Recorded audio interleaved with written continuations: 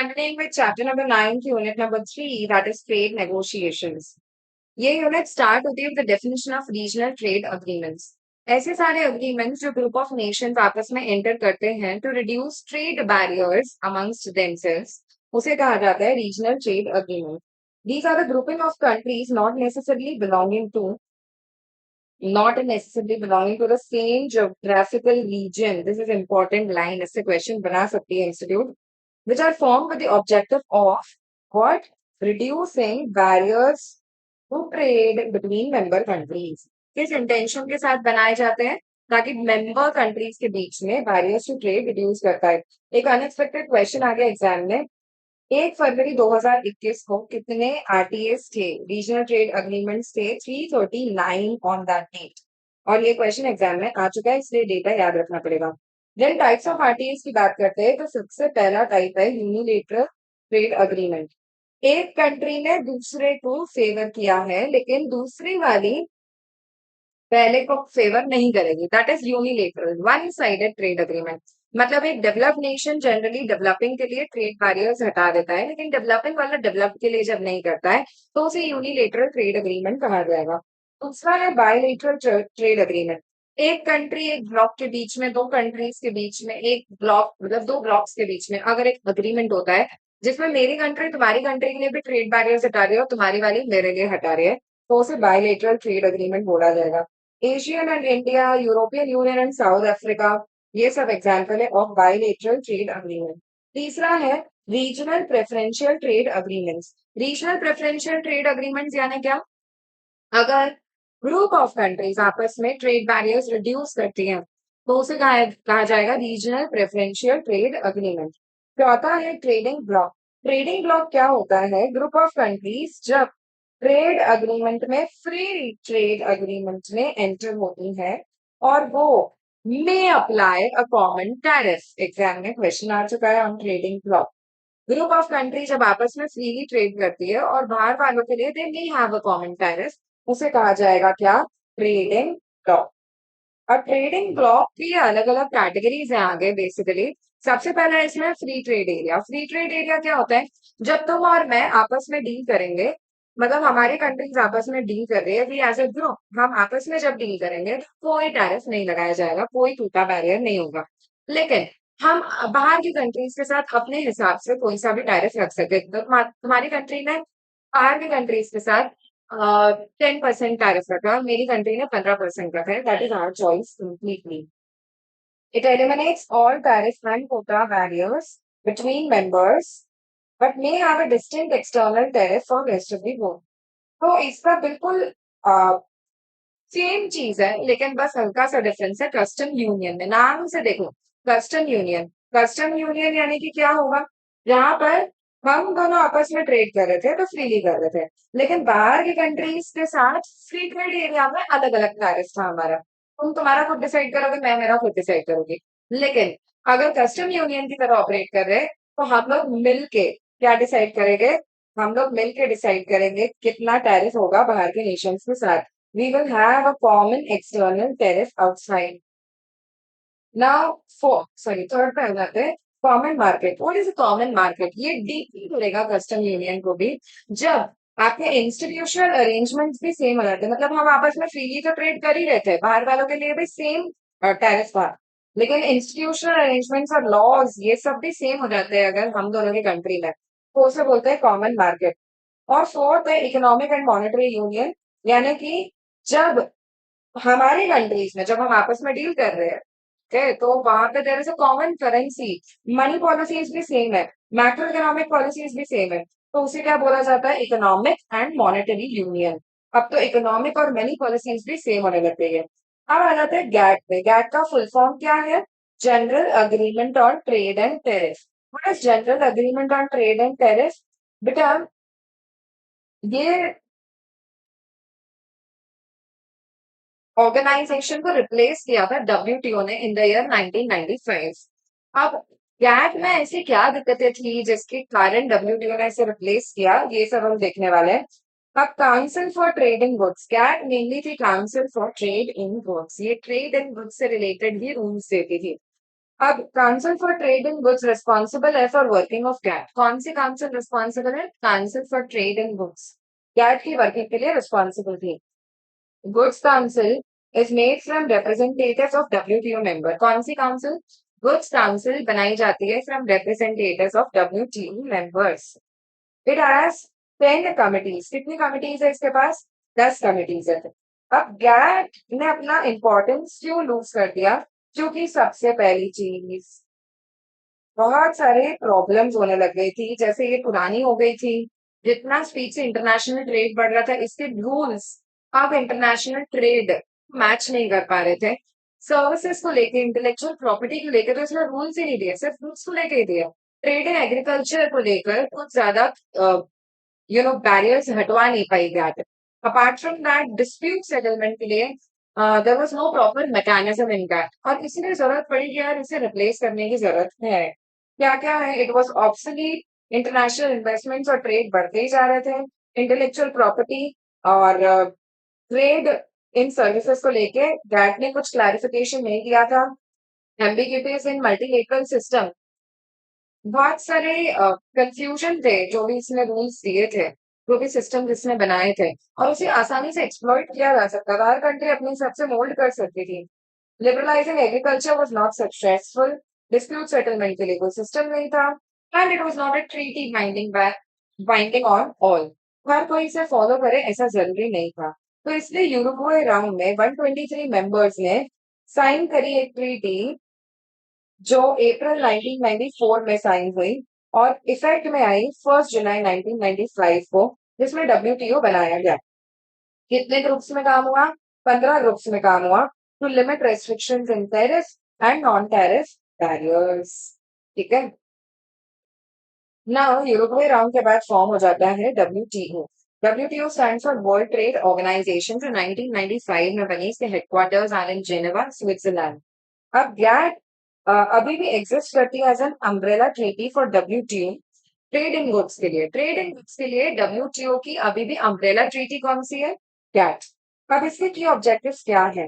ये rule set करता है, सबसे पहले तो इंटरनेशनल ट्रेड के लिए कोशिश करता है कि बैरियर्स हटे, लिबरलाइजेशन आए, ट्रेड डिस्प्यूट सॉल्व करने की कोशिश करता है। जो चीज गैट नहीं कर पा रहा था ना, बेसिकली वो सब डब्ल्यूटीओ करेगा। It increases transparency in decision making, decision ज्यादा अच्छे से ले पाए, उसके लिए ट्रांसपेरेंसी आ पाए। It cooperates with so many global economic institutions, and lastly it helps developing countries. These are all the objectives of WTO. अगर डब्ल्यूटीओ के स्ट्रक्चर की बात करें तो it is a 3 tier machinery, 3 parts में डिवाइड होता है। Now its activities are supported by a secretariat. कौन सपोर्ट करता है? Secretariat in Geneva, headed by whom? Director General. कौन हेड कर रहा है? Director General. Now, it has relations with 200 organizations, economic international organizations के साथ इसके relations हैं। टॉप पे आता है, टॉप लेवल पे जो 3 टायर मशीनरी है डब्ल्यूटीओ की, उसपे है मिनिस्टीरियल कॉन्फ्रेंस। हर 2 साल में एक बार मिनिस्टीरियल कॉन्फ्रेंस की मीटिंग होगी और ये हर मैटर के बारे में डिस्कस कर सकती है। This is the minimum criteria, okay, of meeting. फिर दूसरे लेवल पे आता है general council. General council multiple times मिल सकती है, क्यों? डिस्प्यूट सेटलमेंट के लिए, पॉलिसीज को रिव्यू करने के लिए। और तीसरे पे आ जाते हैं goods council, service council and intellectual property council. ये मेक श्योर करती है कि जो भी डब्ल्यूटीओ मेंबर्स के अग्रीमेंट्स हुए हैं वो प्रॉपरली इम्प्लीमेंट भी हो रहे हैं या नहीं। So this is the 3 tier machinery of WTO. There are certain guiding principles of WTO. सबसे पहला प्रिंसिपल है trade without discrimination. Trade without discrimination बोलता है कि जैसे आप अपने डोमेस्टिक गुड्स को ट्रीट करते हो, वैसे ही आपको इंपोर्टेड गुड्स को भी ट्रीट करना चाहिए। एमएफएन रेट वाला प्रिंसिपल, इसमें सबसे पहला मतलब ट्रेड विदाउट डिस्क्रिमिनेशन में 2 प्रिंसिपल्स है, एमएफएन और नेशनल ट्रीटमेंट का प्रिंसिपल। एमएफएन वाला प्रिंसिपल क्या बोलता है? आर्टिकल 1 ऑफ गैट के हिसाब से एमएफएन प्रिंसिपल ये है कि अगर तुम भी एक डब्ल्यूटीओ मेंबर हो और मैं भी एक डब्ल्यूटीओ मेंबर हूँ, तो अगर मैंने तुम्हें 10% का रेट दिया है इंपोर्टेड गुड्स पे, अगर तुम मेरी कंट्री में एक्सपोर्ट करोगे और मैं इंपोर्ट कर रही हूँ, तो आई चार्ज अ रेट ऑफ 10%। वही सिमिलर गुड अगर कोई और कंट्री पे मेरे को बेच रही है, एक्सपोर्ट कर रही है, और मैं उनसे इंपोर्ट कर रही हूँ, तो मुझे सेम रेट वसूलना चाहिए। That is what they are saying, okay. That is the principle of MFN, most favoured nation. National treatment का प्रिंसिपल, नेशनल ट्रीटमेंट का प्रिंसिपल यानी कि जिस तरह से मैं डोमेस्टिक गुड्स को मेरी कंट्री में ट्रीट करती हूँ, उसी तरह से तुम्हारे गुड्स को ट्रीट करूँ। मतलब मैं बोलना चाह रही हूँ कि अगर मेरी कंट्री में प्रोड्यूस्ड एप्पल्स है, तो वो हर लोकल शॉप पे भी मिल रहे हैं। लेकिन तुम्हारी कंट्री के इम्पोर्टेड एप्पल्स है, तो मैं उसके लिए रूल बनाती हूँ कि ये सिर्फ मॉल्स में मिलेंगे या जहाँ रेफ्रिजरेशन फैसिलिटी है वही मिलेंगे। तो ये लोकली सबको नहीं दिख रहे, और जो दिखेगा नहीं वो इजिली दिखेगा भी नहीं। तो I am not treating your goods equal to my goods. ठीक है, ऐसा नहीं करना है। दैट इज व्हाट WTA से। फिर आ जाता है दूसरे प्रिंसिपल पे, दैट इज फ्री ट्रेड का प्रिंसिपल। फ्री ट्रेड यानी प्रोग्रेसिव लिबरलाइजेशन। जनरली इजिली, मतलब हर कंट्री आपस में ट्रेड बैरियर्स हटाए और ट्रेड कर पाए, ऐसी कोशिश की जाती है। देन फोर्थ प्रिंसिपल पे आते हैं प्रेडिक्टेबिलिटी, सॉरी थर्ड प्रिंसिपल पे आते हैं, दैट इज प्रेडिक्टेबिलिटी का प्रिंसिपल। अपनी कंट्री में अगर कुछ बैरियर्स लगाने वाले हो मेरी कंट्री के गुड्स के एक्सपोर्ट पर, ठीक है, और मुझे इस बारे में पता ही नहीं है, because I can not predict कि तुम अपनी कंट्री में क्या रूल नया लेके आने वाले हो, और तुमने अपने इनपुट्स पे बहुत हैवी ड्यूटी लगा दी ना। आई कुड नॉट प्रिडिक्ट कि तुम ऐसा करोगे या तुम्हारी कंट्री ऐसा करेगी, और मैंने तो अपने खूब ज्यादा मैन्युफैक्चरिंग करके रख ली है गुड्स की। ना this will be a problem for seller of my country. और इसीलिए बोल रहे हैं कि यार तुम अगर एक इम्पोर्टिंग कंट्री हो और तुम अगर कुछ चेंज लाने वाले हो, तो this should be very much predictable by the exporting country also. तुम क्या चेंज लाने वाले हो एज अ तो हम लोग को पता होना चाहिए। प्रमोटिंग फेयर कंपटीशन, मतलब फेयर कंडीशन होनी चाहिए for trade, and there should be no discrimination, similar kind of principle है जैसा फर्स्ट पढ़ा था।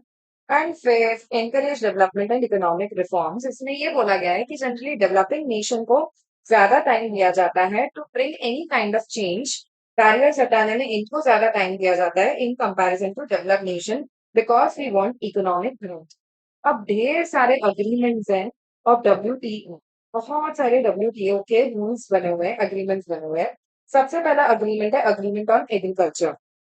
अब बेटा इसमें हर WTO का अग्रीमेंट एक ही चीज की तरफ डाइवर्ट कर रहा है, बैरियर्स हटाओ, रूल्स पूरे वर्ल्ड में एक जैसे होने चाहिए, और रेस्ट्रिक्शंस कम से कम करो। That is what they are targeting in each agreement. तो सबसे पहले तो एग्रीकल्चर का जो अग्रीमेंट है वो बोल रहा है कि यार फ्री ट्रेड होना चाहिए in the field of agriculture. But ये 3 पॉइंट स्पेसिफिकली तुमको देके रखे हैं, market access, domestic support and export subsidies. ये सारी चीजें अवेलेबल करवानी चाहिए हमारी कंट्री की गवर्नमेंट्स को एज सेलर्स या परचेजर्स। ओके, जब हम एक्सपोर्ट कर रहे हैं एग्रो का, तो हमको इजी मार्केट का एक्सेस मिलना चाहिए, डोमेस्टिक सपोर्ट मिलना चाहिए, और एक्सपोर्ट पे सब्सिडीज मिलनी चाहिए। दूसरा है agreement on application of sanitary and phyto sanitary measures. Sanitary और फाइटो सैनिटरी मेजर्स तुमको ध्यान है ना, जहाँ पे आप बैन कर देते हो कोई प्रोडक्ट ताकि आप अपने कंट्री का एनिमल, प्लांट और ह्यूमन लाइफ को प्रोटेक्ट कर पाओ। पर आपने ये बैन क्यों करा है, ये आपको क्लैरिफाई करने की जरूरत है। आप मन से कोई भी आर्बिट्ररी रेस्ट्रिक्शंस नहीं लगा सकते। थर्ड पे आ जाते हैं agreement on textile and clothing. इसमें रिप्लेस किया था मल्टी फाइबर अग्रीमेंट को 1974 में। ठीक है, जो 1974 से था उसको रिप्लेस किया था। मतलब इजी ट्रेड होना चाहिए in textile and clothing, and approx 10 years का ट्रांजिशन पीरियड भी दिया गया था। फ्री ट्रेड होना चाहिए टेक्सटाइल एंड क्लोथिंग का। जिस तरह से एग्रीकल्चर में बहुत सारे रेस्ट्रिक्शन लगा के रखती है कंट्रीज, उसी तरह टेक्सटाइल के भी सारे रेस्ट्रिक्शन अभी तक नहीं हटे हैं। फोर्थ है agreement on TBTs, technical barriers to trade. क्या है, लेबलिंग, पैकेजिंग, किस तरह का प्राइस होना चाहिए या क्या सर्टिफिकेट्स होने चाहिए उस कंपनी के पास, ये सारी चीजों की रिक्वायरमेंट सारी कंट्रीज के बीच में सेम होनी चाहिए। Okay, there should be harmony in these condition. Agreement on trade related investment measures. Trade related investment measures यानी ध्यान है, अपन ने ये पढ़ा था यूनिट नंबर 2 कि मैं इंपोर्ट कितना कर सकती हूँ अगर मैं ऐसी कंडीशन लगा दूं कि मेरी कंट्री में मैं तुम्हारी कंट्री से इंपोर्ट कर सकती हूँ 75% ऑफ द एक्सपोर्ट। तो अब ये कंडीशन की वजह से तुम्हारी कंट्री मेरे को सेल नहीं कर पा रही है। तो अगर मैं ट्रेन लगाती हूँ, this should be very clear कि अगर मेरी कंट्री में FDI रिसीव हो रहा है, तुम्हारी कंट्री ऑलरेडी मेरी कंट्री में फूड इन्वेस्ट कर रही है, तो मेरे को फॉरेक्स का दिक्कत तो है नहीं। और अगर ऐसा है तो मुझे ट्रेड रिलेटेड इन्वेस्टमेंट मेजर्स नहीं लगाने चाहिए। That is what WTO is saying. Six, dumping, anti dumping agreement. Anti dumping agreement यानी अगर मैंने कोई टैरिफ बैरियर लगा दिया है कि आप मेरी कंट्री में क्योंकि आप गुड्स एक्सपोर्ट कर रहे हो और मैं इंपोर्ट कर रही हूँ, तो इस वजह से मेरे डोमेस्टिक प्रोड्यूसर्स को नुकसान हो रहे हैं, तो आपने वो एंटी डंपिंग ड्यूटी क्यों लगाई है? और आप आर्बिट्रेरीली मन से कोई से भी ड्यूटी इम्पोज नहीं कर सकते सामने वाली कंट्री पर। Seven, custom valuation agreement. Commonly एक ही तरह से सारी कंट्रीज में कस्टम ड्यूटी के लिए वैल्यूएशन होना चाहिए, कैलकुलेशन होना चाहिए। ओके, अलग अलग तरह से नहीं। Then next is agreement on pre shipment inspection. अगर मेरी कंट्री तुमसे इंपोर्ट कर रही है, ठीक है, और मेरी कंट्री के कुछ लोग तुम्हारी एक्सपोर्टिंग कंट्री में बैठे हुए हैं और वो कंसाइनमेंट निकलने से पहले चेक कर रहे हैं कि यहाँ पे सब कुछ ठीक से जो गुड्स तुम एक्सपोर्ट कर रहे हो वो डिसेंट क्वालिटी के है या नहीं। ओके, एंड अगर वो रिजेक्ट करते हैं तो फिर वो किस ग्राउंड पर रिजेक्शन हो रहा है, ये सब चीजों के लिए भी डिस्प्यूट्स हो जाते हैं, और ये डिस्प्यूट सेटलमेंट के लिए भी डब्ल्यूटीओ ने पूरा मैकेनिज्म बनाया हुआ है। और आप किस ग्राउंड पर रिजेक्ट कर रहे हो ये भी आपको बताना पड़ता है। Coming on to next, that is agreement on rules of origin. आपको बताना चाहिए कि आपको किन किन चीजों के लिए सर्टिफिकेट्स चाहिए। अगेन रूल ऑफ ओरिजिन, अगर एक फोन भी इम्पोर्ट हो रहा है तो उसका बैटरी कहाँ से आया है या उसका बॉडी कहाँ से आया है, ये सारा चीज का अगर आपको सर्टिफिकेट ऑफ ओरिजिन चाहिए कि वो एक्चुअली कहाँ बना है, तो rules should be common to all. World level पे सेम काइंड ऑफ रूल्स बनाने की जरूरत है। Then agreement on subsidies and countervailing measures. अगर आपको लग रहा है कि आप सामने वाली कंट्री पे काउंटरवेलिंग ड्यूटी लगाने वाले हो, तो ऐसी सिचुएशन में आपको बड़ा क्लियरली बताना चाहिए कि आपकी कंट्री में कितने प्राइस पे वो गुड्स बेचे जा रहे हैं और वो अपने कंट्री में कितने में बेच रहे हैं। सीवीडी आप यूं ही नहीं लगा सकते, ठीक है, मन से नहीं लगाई जा सकती। Agreement on safe guard. Safe guard को लेके भी जब अग्रीमेंट्स होते हैं, मतलब अगर मैंने सेफ गार्ड ड्यूटी लगा दी है, अ, अगर मैंने सेफगार्ड मेजर्स इम्पोज किए हैं, मतलब अगर मैं तुम्हारी कंट्री से इंपोर्ट नहीं कर रही हूँ, तो सेम काइंड ऑफ प्रोडक्ट मैं किसी भी दूसरी कंट्री से इंपोर्ट नहीं करूंगी। सेफगार्ड मेजर्स मैंने क्यों लगाए हैं? I should be very clear and I should treat every nation equally. फिर general agreement on trade and service. जिस तरह से रूल्स दिए जाते हैं ऑन ट्रेड, उसी तरह से रूल्स दिए जाते हैं on trade and service under gets, general agreement on trade and service. Agreement on trade related intellectual property right. जिस तरह से मैं अपने नेशन में अपने कॉपीराइट पेटेंट्स को बहुत संभाल के रखती हूँ, उसी तरह से तुम्हारे नेशन की कोई भी इंटेलेक्चुअल प्रॉपर्टी को भी मुझे सेफगार्ड करना चाहिए। That is what this agreement is saying. Trade policy review mechanism. जो भी ट्रेड पॉलिसीज बनाई गई हैं उसको चेक करने का काम करता है डब्ल्यूटीओ।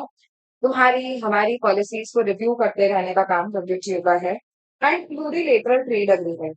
अगर डब्ल्यूटीओ में 164 मेंबर्स हैं और लेकिन 32 मेंबर्स ही कोई पर्टिकुलर अग्रीमेंट एंटर करना चाहते हैं, बाकी लोग साइन नहीं करना चाहते, तो ऐसे मल्टीलेटरल अग्रीमेंट नहीं बोला जाएगा, ऐसे अग्रीमेंट को बोला जाएगा plurilateral agreement. Okay, now coming on to next thing, that is Doha round.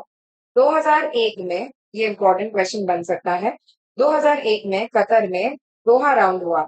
It was ninth round. Okay, और ये दोहा राउंड में मेन एजेंडा क्या था? Main agenda was trade in agriculture. Exam में क्वेश्चन आ चुका है। Agricultural trade was the main topic. ऐसे 20 topics थे जो डिस्कस हुए थे, लेकिन मेन टॉपिक था ट्रेड इन एग्रीकल्चर। मेन तो ये होता है यार, आपको टैरिफ बैरियर्स को कम करने की कोशिश करनी है। And finally moving towards the last topic, that is G20। G20 के नेशंस का लिस्ट एक बार पढ़ के जाना है ना, पूछा जा सकता है इनमें से कौन सा G20 नेशन नहीं है। अब G20 जो है, trade restrict trade restrictive measures को लिफ्ट करना चाहिए।